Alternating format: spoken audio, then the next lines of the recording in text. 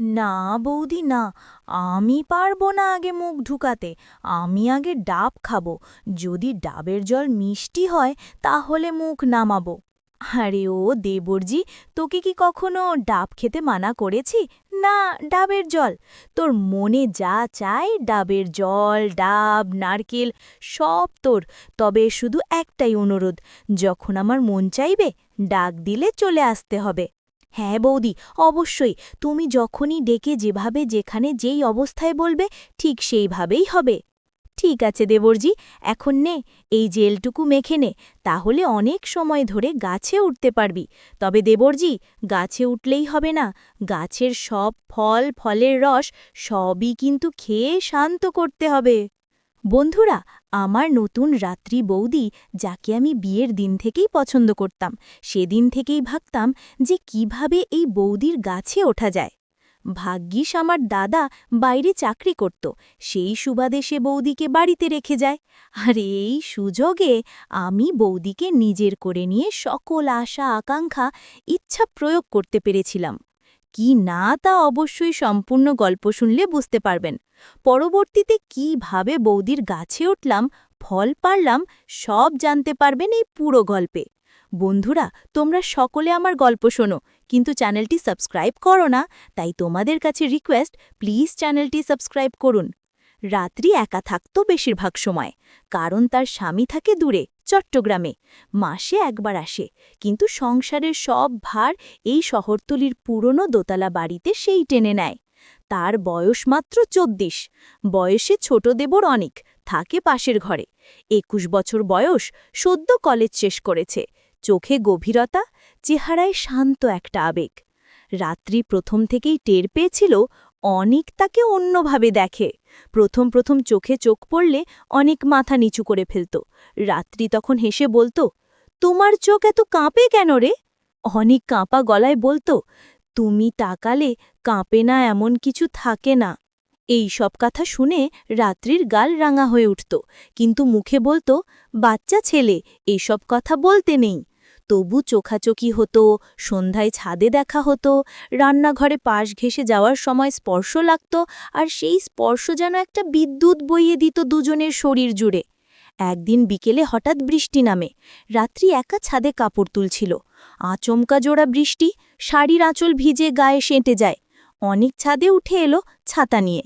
ভিড়ছ কেন এত? আর একটু দেরি করলে তো সব কাপড় ভিজে যেত। রাত্রি হেসে বলল।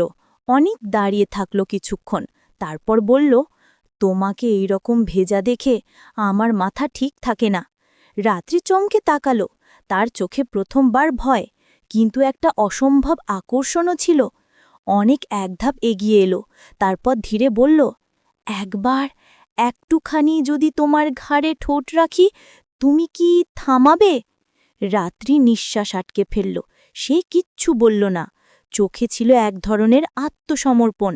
অনেক ধীরে এগিয়ে এলো, তাদের মাঝখানে ছাতা আর ছিল না। বৃষ্টির মধ্যে ভিজে দাঁড়িয়ে থাকা দুটো শরীর। অনেক তার ঠোঁট রাখল রাত্রির ঘাড়ের কোণা একটা দীর্ঘ, নরম, থেমে থাকা চুমু। রাত্রি চোখ বন্ধ করে ফেলল, বুক ওঠানামা করছিল।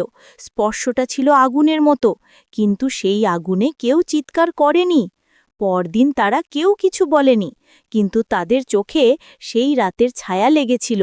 এরপর এক সন্ধ্যায় রাত্রি দরজা খোলা রাখল, বাতি নিভিয়ে বসেছিল। অনেক জানত আজ কিছু ঘটবে।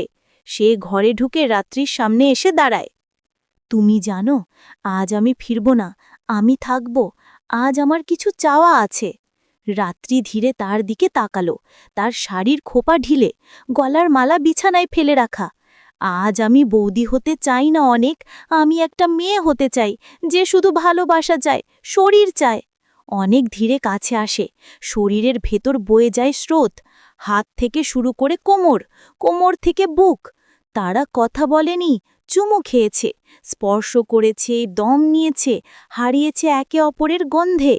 চাঁদের আলো বিছানায় লেগেছিল, আর বিছানায় ছিল দুইজন মানুষ, যারা কোনো সম্পর্কের নামের ভেতর ছিল না।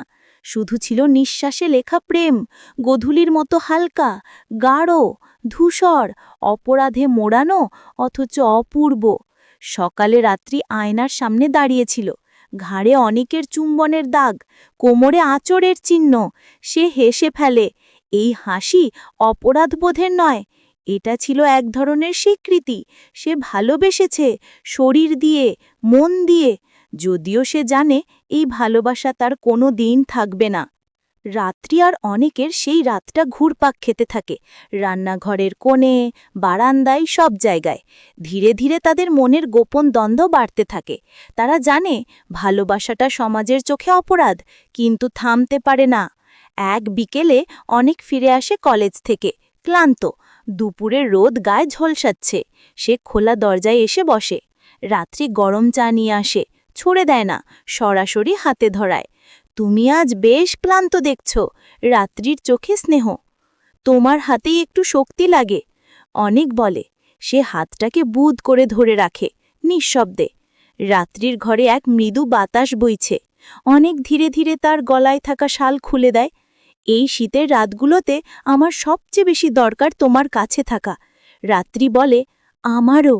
তাদের চোখে তখন অনেক কিছু বলা হয়, কিন্তু মুখে কিছু বলা হয়নি। এক রাতে ঝড় উঠেছিল। রাত্রি একা ছাদে দাঁড়িয়েছিল।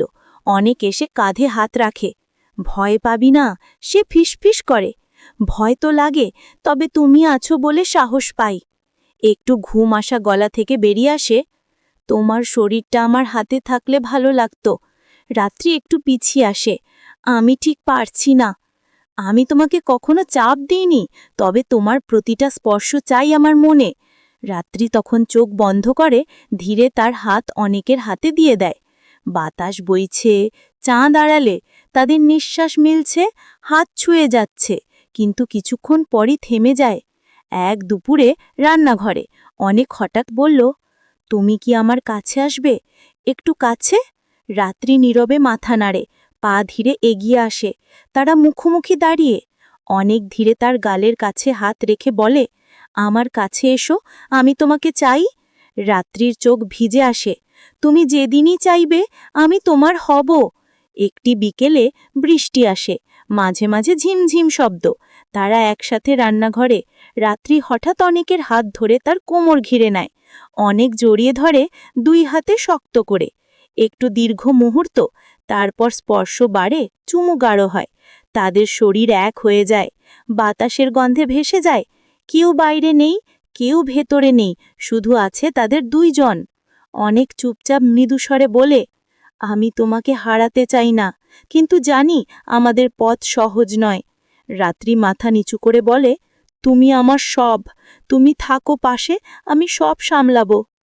তারা তখন এক চাঁদের আলোয় গোটা রাত জুড়ে নিঃসন্ধে বেঁধে থাকে একে অপরের বুকের কাছে।